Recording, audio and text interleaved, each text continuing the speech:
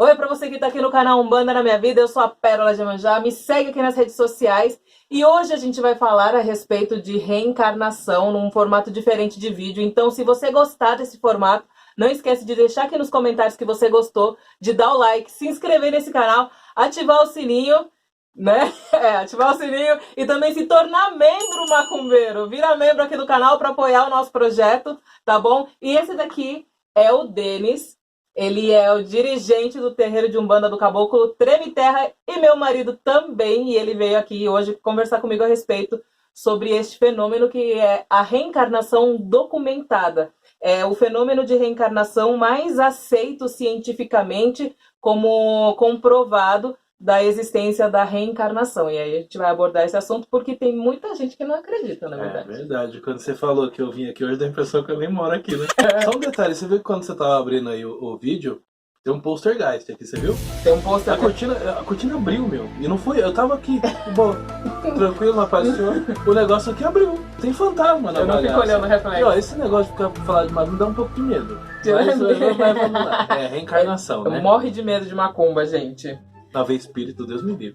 A reencarnação, no meu ponto de vista, é a única resposta que funciona para alguns aspectos que a gente tem aqui na Terra. Por exemplo, algumas crianças nascem com alguma deficiência. Por que elas nasceriam com essa deficiência se não existisse uma encarnação anterior a essa? Porque seria muito injusto da gente pensar que uma criança que não fez nada, que não praticou nada, que nunca existiu carnalmente, viesse já com uma deficiência tão limitante, algo que faz com que a vida dessa pessoa seja muito mais penosa do que outras pessoas que nascem sem problema nenhum. Então, para mim, não tem sentido a gente não entender e não acreditar na reencarnação. Eu respeito quem não acredita, mas aqui eu venho para tentar fundamentar e consolidar aquilo que eu acredito. Então, isso é um dos pontos muito marcante para mim, que me mostra que a reencarnação existe, mas isso é o meu ponto de vista e eu só estou passando aqui para vocês. Eu acho que a reencarnação, eu acho que é a melhor maneira de você corrigir as falhas, né, do espírito. É que nem num colégio. Aí você tá num colégio, você estuda o ano inteiro, né, e você reprovou numa determinada matéria, o que você faz? Você não passou de ano, você volta tudo de novo e tem que refazer tudo de novo, né? Eu acho que funciona, é a mesma mecânica. Dizem que a Terra, ela é um espelho, né, do plano astral, do plano espiritual. Então eu acho que a única maneira da gente corrigir nossas falhas mesmo é a reencarnação. E assim, a gente andou pesquisando e a gente achou assim, em diversos lugares, tem até livro. A gente tem um fato para contar de reencarnação que é o mais bem documentado que eu já vi. Eu nunca vi outro tão bem documentado quanto esse. O negócio, olha, sinistro mesmo. A reencarnação que não tem como, a pessoa que não acredita, a pessoa ela vê essa história, esse fato e fala: carai, olha, não é mesmo? Que pô! Tem muitos relatos por aí de pessoas que falam assim fatos chocantes e surpreendentes sobre a lembrança de vidas anteriores delas. Tanto que nos Estados Unidos existe a Universidade de Virgínia, que tem um grupo de psiquiatras, olha, tá doido, né? Tá doido. De psiquiatras que... Papo de louco mesmo. De psiquiatras que estudam e eles catalogam, né? Essa palavra existe? Existe, né? Eles catalogam. Nossa, essa palavra não dá, tem que ser outra. Você não consegue falar que logo? Tanto que na Universidade de Virgínia, nos Estados Unidos, existe um grupo de psiquiatras que eles catalogam vários casos de fenômenos de reencarnação. Aqueles que têm os documentos das memórias das pessoas que batem com documentos históricos aqui da Terra. Nesse centro de estudos já tem documento suficiente para provar que a reencarnação realmente existe e que as memórias podem passar de uma vida para outra vida em alguns indivíduos. Então a gente queria contar, através dessa pesquisa que nós fizemos, a história do James Leininger. Muita gente já deve ter visto, que é bem conhecida a história dele. Inclusive os pais dele, que eu não faço a menor ideia do nome. É Andrea e Bruce Leininger. Andrea e Bruce Leininger. Isso. Eles escreveram um livro, inclusive vai aparecer a imagem do livro aí pra vocês. Ele é muito bem recomendado, ele relata detalhadamente essa história desse menino. E vamos pra história? E assim, mas uma coisa que é interessante de falar. O pai desse menino, ele é cristão. E ele não acredita na reencarnação, não acreditava, na verdade. Cético. Então, nesse livro, ele diz que ele começou a estudar muito a respeito dos fenômenos que aconteciam com o filho dele para tentar provar que era tudo mentira, que aquilo não tinha acontecido. Então ele tentava juntar conteúdo para provar que a reencarnação não existe de acordo com a crença dele, que ele é católico.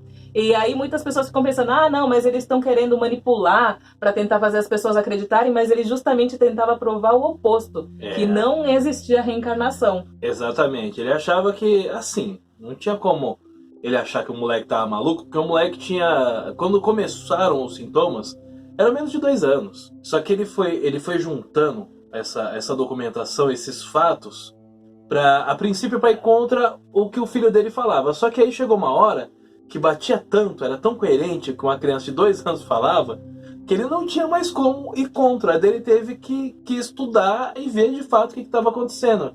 Aí que ele começou a mudar o pensamento e começou a ir a favor. Mas ele era cético, ele não acreditava em nada, absolutamente nada, essas coisas de reencarnação. Só que assim, chega uma hora que a gente acha um absurdo, sabe? O fato da pessoa não acreditar, sendo que é algo tão evidente, né? Todo mundo já teve o tal do déjà vu aí, sabe? Aquela impressão de estar num lugar que você já teve antes, ou uma cena que já aconteceu, né? São mistérios da mente, né? No ano 2000, o menino James, ele começou a ter pesadelos muito fortes, que a mãe dele relata que ele ficava socando assim e gritando que precisava sair, tentando sair de algum local. E era um pesadelo tão intenso que o menino gritava assim, desesperadamente. E ele falava algumas frases estranhas, como assim, avião atingido, fogo, homem não consegue sair, coisas desse tipo. Homem pequeno não consegue sair. Sim. Avião pegando fogo. E aí ficava falando esse tipo de coisa e a mãe, né, desesperada, porque a criança não parava de gritar e ele só tinha 2 anos de idade quando começou a acontecer isso com ele. E ela pensava que ia ser um caso isolado, só que depois esse pesadelo se repetia incessantemente e o menino sempre falava as mesmas coisas e aparentemente era sempre o mesmo pesadelo, de que um avião caía e que ficava uma pessoa presa dentro desse avião em chamas e ficava gritando e o menino tentando sair daquele local a qualquer custo e socando e chutando a cama durante a noite. E eles começam a perceber que são detalhes assim. O menino gostava muito de avião. Uma criança de 2 anos brincava com aviãozinho e tal. E conforme foi passando o tempo, ele sempre foi falando muito dessas coisas, avião e tal, né? E deram um aviãozinho pra ele. E outro dia ele brincando com o aviãozinho assim, a mãe falou assim, olha, tem uma bomba embaixo desse avião. Ele olhou e fez assim, isso aqui é um tanque reserva, isso aqui é um avião tal. Pô, moleque de 2 anos. Aí ele já tinha 3 anos nessa época. E conhecendo de avião, assim, e sabia. E ele, assim, ele sempre detalhava, sabe? Ele tinha muito conhecimento sobre aviação, sobre navegação, sobre guerra, né? O até militarismo. Características assim de aviões, né? Ele dizia conhecia. que, por exemplo, que tinha um avião, o Corsair, não sei pronunciar, mas que esse avião ele tinha que toda hora estar enchendo os pneus, porque os pneus ficavam murchos. E historicamente a gente sabe que este modelo de avião ele tinha realmente problemas com os pneus na hora que ele aterrissava. E ele aterrissava pelo impacto, então o pneu murchava, então eles tinham que sempre estar enchendo os pneus. E como que uma criança de 3 anos de idade que nunca teve contato com nada assim de força aérea, ou exército, ou nenhum parente próximo, e também que muito menos assistia na televisão esse tipo de coisa, saber de fatos isolados assim como esse. E o pior é que ainda tem assim o pessoal que fala, mas aí você pesquisa na internet e você acha. Com 3 anos, vai pesquisar. Com 3 anos, vai achar assim isso aí acontecendo. Com esses pesadelos, o James ele começou a relatar coisas que tinham acontecido a um piloto da Marinha em 1945. Que por coincidência, o nome era James Houston Jr. 3. E tanto que ele fazia os desenhos, quando criança, ele desenhava... Lógico que ele desenhava avião, né? O moleque é censurado, é piloto. Eu vou pôr até umas partes disso na tela. Ele desenhava uns aviões e tal... E ele assinava, o nome dele era James Leninger, mas ele assinava James 3, porque era ele, o pai e o avô da outra encarnação, que eles chamavam James Houston Jr. E isso o pai dele descobriu quando ele foi convidado para participar de uma confraternização do mesmo esquadrão que tinha sido esse James Houston. E nesse esquadrão eles falaram que o James Houston III Jr., né, ele tinha sido o único que faleceu naquele evento de 1945 na Natoma Bay. É isso, assim, o detalhe também, né, do Natoma Bay. Era na Toma Bay era o porta-aviões, né? E assim, num desses pesadelos, o menino acordou, né, daquele jeito, assustadinho e tal, e falando, né? Avião caindo, avião pegando fogo, o avião foi abatido, o homem não consegue sair. Aí o pai fez assim, mas quem abateu o avião? Aí o moleque fez assim, ó, os japoneses! Tipo, é óbvio, foi os japoneses. Daí ele tava, mas da onde que ele decolou? Daí ele falou, na Toma Bay. Aí o pai falou, Toma Bay, esse moleque tá usando droga já? Já tá desse tamanho? Quem deu maconha pra ele? Aí foi assim a reação do pai. Aí o pai ficou com isso aí na cabeça, não, Toma Bay. Ah, nós moleque doido, tira isso. Aí foi lá pesquisar. Aí ele pesquisou, Toma Bay, o porta-aviões que o moleque falou, o avião abatido. Da Força Aérea Americana. Aí que ele foi pesquisar, que ele encontrou pessoas, veteranos, né? Sim, aí ele encontrou pessoas e ele pergunta, ele encontrou alguns vivos ainda, né? E ele perguntou, mas quem foram as pessoas que faleceram, né? Do na Toma Bay. Aí falaram, foi só um piloto, o James Houston Jr. Só o nosso piloto faleceu. E antes disso, o filho dele já sempre assinava James 3 e eles não entendiam por que uma criança de 3 anos colocava James 3.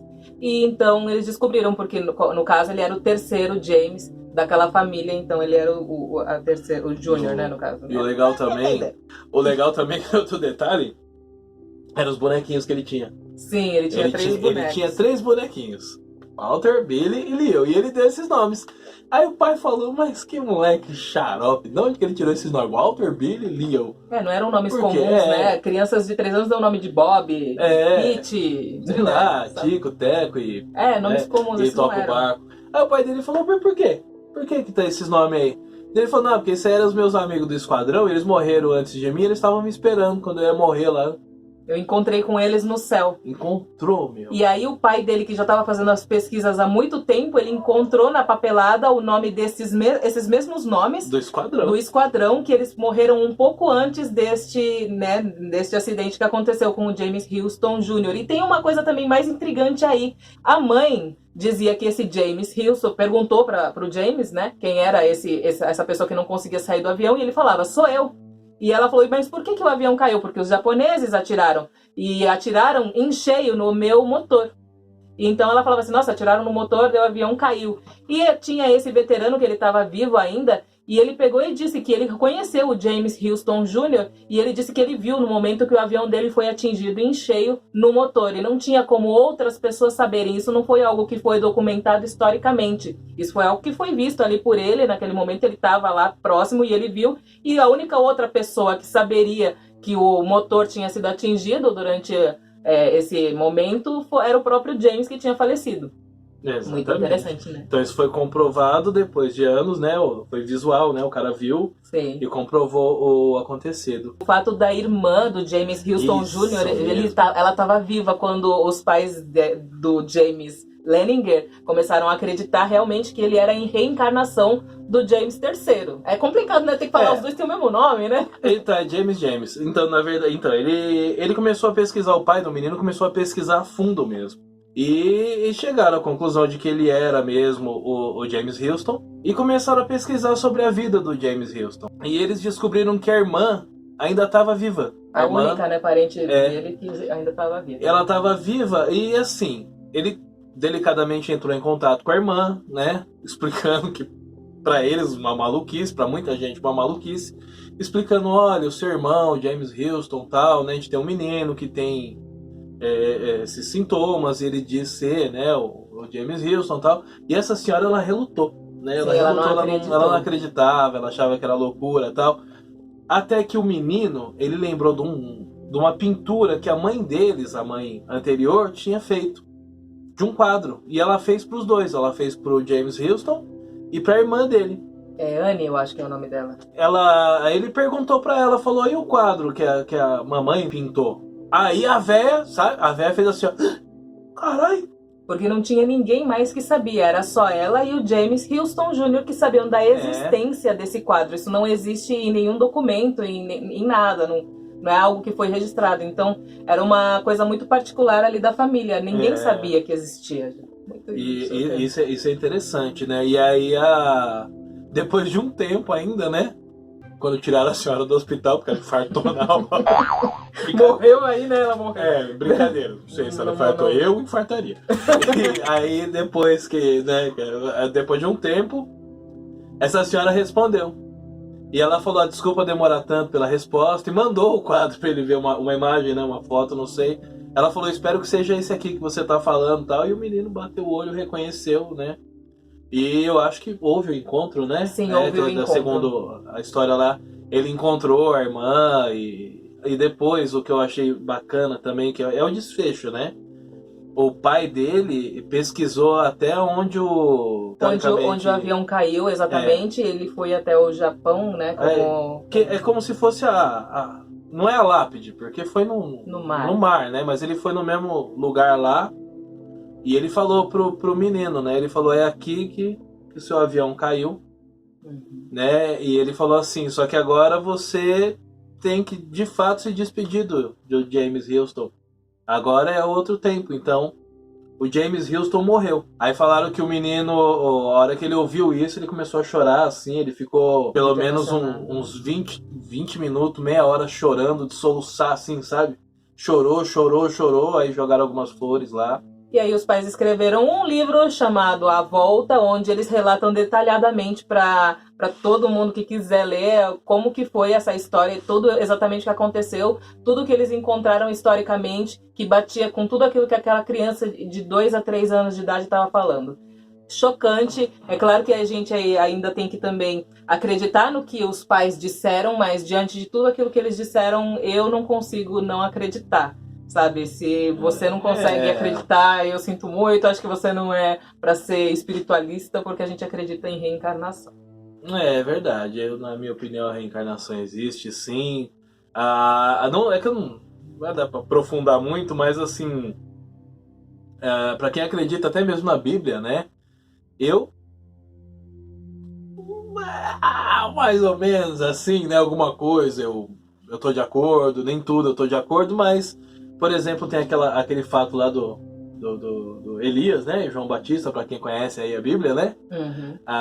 Jesus lá, tava lá com o pessoalzinho lá, com a turma dele lá, né? A galera e tal. A turma dele.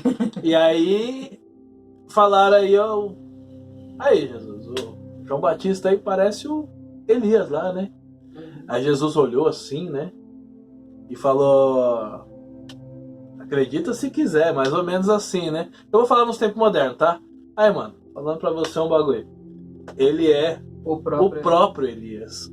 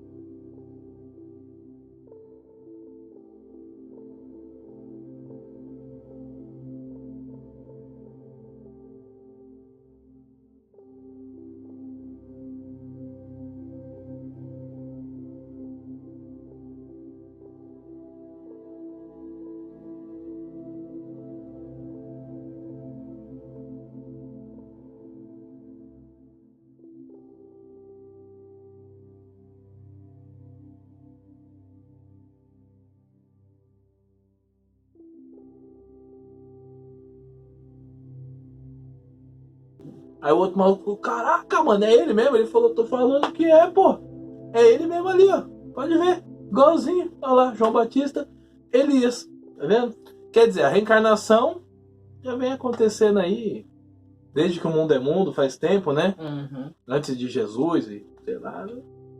Eu acredito. Então, se você gostou desse formato de vídeo, deixa aqui nos comentários, deixa bastante, muito like, muito mais like ainda, entendeu? Mais like ainda do que você tá deixando, deixa mais, entendeu? Vai deixando muito like, porque daí se vocês gostarem desse formato, a gente volta e grava mais a respeito disso. E a gente pode falar também de outros fenômenos físicos, científicos, que a gente consiga associar à espiritualidade. E também documentos científicos, porque em breve, claro que a ciência vai estar aceitando o fenômeno reencarnação, porque não tem mais como eles, né, rebaterem essa teoria. Tá, né, meu? Já, assim, é documentado, o negócio é provado. E nesse centro científico tem mais de 2.500 casos. Tem. Eu pesquisei, antes de fazer esse vídeo eu fiquei passei a noite pesquisando inteira, né? E depois eu fui atrás de livros também, e perguntei para pessoas da área também, né, que estudam. A gente tem amigo psicólogo, tem amigo psiquiatra. É bom falar que a gente tem amigo psiquiatra, porque eles vão achar que a gente é doido, né? Mas eu tenho vários amigos psiquiatras, mas eu não sou doido, certo? Olha lá, tá de sacanagem, né? Então, e eu dei uma pesquisada assim, e o mais bem documentado é esse caso aí. Se vocês quiserem pesquisar, pesquisa vocês também, tá? James Leninger, James Houston Jr., mas você colocou imagens, né? Colocou imagens aqui. E o mais legal, sabe o que é? É que assim, gente, isso aqui não é a gente que tá falando. Isso é tudo que foi documentado historicamente. Então isso aqui não é a história que alguém conta, não é assim alguma história que aconteceu com a gente, que não tem como a gente provar que aconteceu. Tem documento. Isso é história que tem documento, e qualquer pessoa pode pesquisar e encontrar esses documentos e ver que eles são verídicos. Então, assim, isso que é o legal, da gente poder realmente hoje estar podendo comprovar fatos da nossa religião, da nossa fé, que estão devidamente documentados e que estão sendo aceitos e abordados cientificamente. Isso que é o mais interessante disso tudo. Por isso que eu gostei muito de gravar esse vídeo. E assim, ainda só para, né, pegar um embalo nesse papo aí, a nossa doutrina, a nossa Umbanda, a gente também tenta trabalhar assim, baseado em fundamento. O que é você fundamentar? É você dar lógica, você explicar, né? O porquê de determinada ação, o porquê de determinada coisa. Isso é fundamento, sabe? Tem que ter uma lógica, tem que ter um porquê. Então pra gente, às vezes, essa ideia de não, mas qual que é o fundamento? O fundamento é que minha mãe falou. Porra! Né? O fundamento é porque Xangô não gosta. Fundamento? Fundamento tem que ter lógica, você tem que ter né? Fundamentar, é explicar, é dar lógica às ações, é o porquê das coisas, né? E a Umbanda, ela trabalha muito em cima disso. A Umbanda trabalha ensinando, ela trabalha que nem o nosso regente lá da nossa casa, seu Zé Pilintra, né? Acabou com o Prêmio Terra, seu Zé Pilintra, ele costuma dizer muito qual que é o objetivo da Umbanda. Aí vem um monte de gente, porque o amor, porque a caridade, porque a fraternidade, porque, né, um monte de coisa assim, né? Aí seu Zé, ele fala assim, não, essas são as nossas ferramentas. O objetivo da Umbanda é a evolução do espírito, é o conhecimento, é você se aprimorar. Com essas ferramentas, você ajudando o seu próximo, você sendo uma pessoa melhor, com essas ferramentas, você exercitando isso, você se torna uma pessoa melhor. Né? Você evolui como ser, como espírito. Esse é o objetivo da Umbanda. Evoluir como espírito, como ser. É para isso que a gente está aqui. Tentando, né, ser pessoa melhor. Eu confesso que eu tô bem atrasadinho nesse quesito. Eu arrumo confusão, eu falo besteira, eu falo muito palavrão, sabe? Mas tem gente que fala palavrão, não pega nada. Eu falo bastante besteira. Mas eu tô tentando, né? Tô tentando. Inclusive agora, né, a casa caiu. Porque nos últimos vídeos aí, nossa, eu falei tanta besteira, né, nos comentários. Aí você mandou meu nome, hein? Pronto, agora vamos saber que é eu, vou me encher o saco, mas tá valendo. Sou eu mesmo. Gente, isso que a Umbanda é pra mim e pra nós, né? A Umbanda é aprendizado, a Umbanda é conhecimento, a Umbanda é evolução. É por isso que eu sempre termino esse vídeo falando isso pra vocês. Muito axé, muito obrigada. Segue o Denis também lá no Insta, que ele vai fazendo as coisas assim, olha, ele já tá desconfiado, é uma pessoa desconfiada. Aí segue o Denis. Segue o Denis. negócio mexeu aqui, meu. Ó, eu falo assim pras pessoas, me segue na internet, mas não me segue na rua que eu vou ficar assustada. Vou ficar assustada, entendeu? Se me seguir na rua, eu imobilizo. Ele mobiliza mesmo. Gente, é isso. Eu espero muito que vocês tenham gostado. Não esquece de deixar aqui no comentário se você gostou desse formato, que daí eu trago o Denis de volta pra cá. Eu falo pra você, senta aqui, vamos gravar e vamos falar de alguma coisa, entendeu? Eu moro aqui. Então, um beijo e até o próximo vídeo. Lá, será que Eu escutei um barulho. Você escutou? É a Jennifer. Jennifer! Querendo falar. Jennifer!